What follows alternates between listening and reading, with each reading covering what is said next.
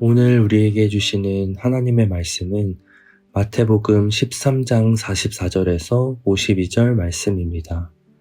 천국은 마치 밭에 감추인 보화와 같으니 사람이 이를 발견한 후 숨겨두고 기뻐하며 돌아가서 자기의 소유를 다 팔아 그 밭을 사느니라. 또 천국은 마치 좋은 진주를 구하는 장사와 같으니 극히 값진 진주 하나를 발견하매 가서 자기의 소유를 다 팔아 그 진주를 사느니라. 또 천국은 마치 바다에 치고 각종 물고기를 모으는 그물과 같으니 그물에 가득함에 물가로 끌어내고 앉아서 좋은 것은 그릇에 담고 못된 것은 내버리느니라.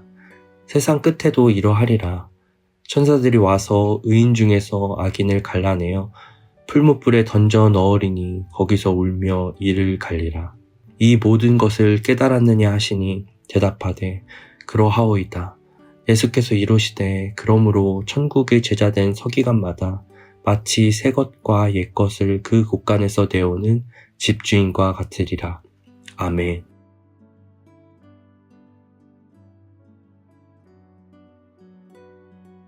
오늘 본문은 천국의 가치가 어떠한지를 우리에게 선명하게 보여주는 말씀입니다. 천국에 대한 예수님의 비유를 통해 천국이 얼마나 가치 있는지를 다시금 확신하시고 천국을 향한 기쁨과 감격을 더 풍성히 누리시길 축복합니다. 천국은 가진 모든 것을 걸 만한 가치가 있는 곳입니다. 예수님께서는 두 가지 비유로 천국의 가치를 말씀하시는데요. 밭에 감추인 보화와 좋은 진주를 구하는 장사의 비유입니다. 비유에서 밭에 감춰진 보화를 발견한 사람은 너무나 기뻐하며 자기의 소유를 다 팔아 그 밭을 샀습니다. 값진 진주를 발견한 사람도 자기의 모든 소유를 팔아 그 진주를 샀습니다. 여기서 우리가 주목해야 할 것이 있습니다. 이들은 억지로 자기의 소유를 판 것이 아니었다는 것입니다. 자발적으로 자신의 모든 소유를 팔았습니다. 그리고 그 모든 소유를 파는 과정에서 슬퍼하거나 아쉬워하지도 않았습니다. 오히려 기뻐하면서 자기의 모든 소유를 다 팔아 그 밭을 샀습니다. 어떻게 그럴 수 있었나요? 자신이 가진 그 모든 것과도 비교할 수 없는 더 큰 가치를 발견했기 때문입니다. 만약 어떤 사람이 친구와 함께 길을 가다가 허름한 골동품 가게에서 낡은 그림 한 점을 발견했습니다. 그 그림은 50만 원에 판매되고 있었지만 이를 발견한 사람은 이 그림이 몇 억은 충분히 넘는 가치가 있다는 걸 알았습니다. 그런데 하필 카드를 안 들고 왔습니다. 그래서 골동품 가게에 외투도 팔고 핸드폰도 팔고 그래도 안 되어서 신발까지 팔고 그 그림을 샀습니다. 그리고 기뻐하며 집으로 향합니다. 이 모든 과정을 옆에서 본 친구가 이를 놀립니다. 너 지금 정신이 조금 이상한 거 아니냐? 굳이 지금 핸드폰도 팔고 신발도 팔고 맨발로 집에 걸어가면서도 저 그림을 샀어야만 했냐? 이상하게 여기고 계속 놀립니다. 그러나 이 그림이 몇 억 이상의 충분한 가치가 있다는 걸 확신한 사람은 아무리 친구가 옆에서 놀리고 이상하게 여겨도 아랑곳하지 않을 것입니다. 주변 사람들이 자신이 맨발로 걸어가는 것을 보고 수근수근 거려도 아랑곳하지 않고 기뻐하면서 집으로 향할 것입니다. 자신이 들고 있는 그 그림의 가치가 얼마나 값진지를 알기 때문입니다. 이상하게 여기고 놀리던 친구도 수근수근거리던 주변 사람들도 언젠가 그 그림의 가치가 인정받게 되는 날에는 왜 내가 그 그림을 사지 못했을까 후회하면서 그 그림을 사모하게 될 것입니다. 그리고 그 그림을 산 사람은 그림의 가치가 인정받게 되는 날, 처음 그림을 사게 된 날보다 더 기뻐하게 될 것입니다. 오늘 예수님께서 말씀하시는 천국이 바로 이와 같습니다. 천국은 우리가 가진 그 모든 소유보다 더 값진 것입니다. 인생의 모든 것을 걸 만한 가치가 있는 곳이 천국입니다. 비록 그 가치를 아직 모르는 사람들은 천국의 모든 것을 걸고 살아가는 우리를 비웃을 것입니다. 눈에 보이지도 않는 겨우 그걸 얻기 위해서 세상에서 값어치 있고 즐거운 것들을 포기하냐고 조롱할 수도 있습니다. 그러나 천국의 가치가 분명하게 드러나게 되는 날, 우리는 이 세상 것으로는 누릴 수 없던 참 기쁨을 영원히 누리게 될 것입니다. 우리에게 천국은 어떠한 곳인가요? 세상에서 내가 가진 모든 것을 다 팔아서라도, 내 인생의 모든 것을 걸어서라도 반드시 얻어내야 하는 곳이 바로 천국입니다. 원래 우리는 천국을 소유할 수 없었습니다. 그러나 하나님께서는 원래 내가 가진 것으로는 내 모든 걸 다 팔아도 살 수 없는 밭에 감추인 보화와 같고 값진 진주와 같은 천국을 우리가 누리도록 허락하셨습니다.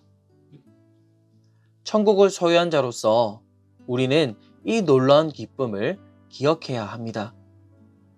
처음 밭에 감추인 보화를 알고 밭을 사기 위해 기뻐하며 돌아가 자기의 모든 소유를 판 사람처럼 내가 감히 누릴 수 없는 천국을 우리에게 허락하신 하나님의 은혜 앞에서 우리는 기뻐해야 합니다. 혹시 성도님들께서는 천국을 소유한 자로서의 기쁨을 얼마나 누리고 계신가요? 천국의 가치를 알고는 계시지만 험난한 세상 속에서 힘겹게 살아가시느라 미처 천국의 기쁨을 누리지 못하는 분이 계실지 모르겠습니다. 밭에 감추어진 보물처럼 내가 가진 모든 것을 다 팔아서라도 반드시 천국을 손에 거머쥐어야 함을 알고는 있지만 내가 손에 쥐고 있는 세상의 것들을 다 팔아버리기가 힘드신 분도 계실지 모르겠습니다. 우리는 때로 신앙생활을 하면서 세상의 것들을 붙잡고 놓지 못할 때가 많습니다. 그러나 천국을 발견한 사람은 자신의 모든 것을 희생하는 것이 아니라 더 큰 가치를 향해 나아가는 지혜로운 사람입니다. 세상의 부귀한 명예를 잃는다 할지라도 하나님 나라를 얻는 것이 훨씬 더 큰 축복이고 기쁜 일이기 때문입니다. 찰스 스터드는 영국에서 가장 유명한 크리켓 선수였습니다. 1800년대 후반 당시 크리켓은 영국에서 가장 인기 있는 스포츠였고 그는 최고의 선수로 명성을 얻었습니다. 아버지 에드워드가 인도에서 사업을 성공하여 집안도 굉장히 부유했습니다. 그러나 그는 예수님을 깊이 만나고 또 자신의 성공과 부가 영원하지 않다는 것을 깨닫게 되었습니다. 스터드는 다음과 같은 말을 남깁니다. 한 번뿐인 인생 곧 지나가리니 오직 그리스도를 위한 것만이 영원하리라. 그리고 스터드는 자신이 쌓아왔던 모든 부와 명예를 포기하고 중국으로 선교를 떠납니다. 선교 중에 아버지로부터 50만 달러 이상 되는 엄청난 재산을 상속받았지만 이를 가난한 사람들에게 모두 나눠주고 다른 선교사들처럼 재정적 어려움을 겪으며 살아갑니다. 중국에서 7년 동안 800명의 마약 중독자들이 새 삶을 살도록 도왔고 인도에서도 선교 사역을 이어갑니다. 건강이 악화되어 영국으로 돌아왔을 때 우연히 식인종들도 선교사를 기다린다는 포스터를 보게 되고 그의 나이 50세, 의사로부터 아프리카로 가면 병이 악화되어 반드시 죽을 거라는 경고를 듣고도 온 백성을 위한 큰 기쁨의 소식을 전하기 위해 아프리카로 떠납니다. 스터드는 식인종 부족들 가운데서도 담대히 천국의 기쁜 소식을 전하였고 아프리카에서 18년의 선교사의 끝에 결국 홍고에서 지병으로 세상을 떠나게 됩니다. 그의 장례식에는 7천여 명의 아프리카인들이 참여하였고 이들은 부아나 무크바, 부아나 무크바라고 외쳤습니다. 천국의 기쁜 소식을 전한 그에게 아프리카인들이 위대하신 백인 주장이라고 추대한 것입니다. 스터드가 가장 좋아했던 성경은 히브리서였습니다. 그는 히브리서 11장에 나오는 믿음의 영웅들과 같이 영국 최고의 크리켓 선수로서 세상의 인기와 명예와 부를 거절하고 많은 이들에게 천국의 기쁨을 증거하는 삶을 살았습니다.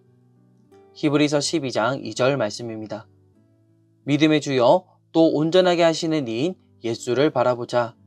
그는 그 앞에 있는 기쁨을 위하여 십자가를 참으사 부끄러움을 개의치 아니하시더니 하나님 보좌 우편에 앉으셨느니라. 아멘. 예수님께서 그 앞에 있는 기쁨을 바라보며 십자가를 참으시고 부활하셔서 하나님 보좌 우편에 앉으신 것처럼 우리도 우리 앞에 놓여진 하나님 나라의 기쁨을 바라보며 믿음의 길을 걸어가면 좋겠습니다.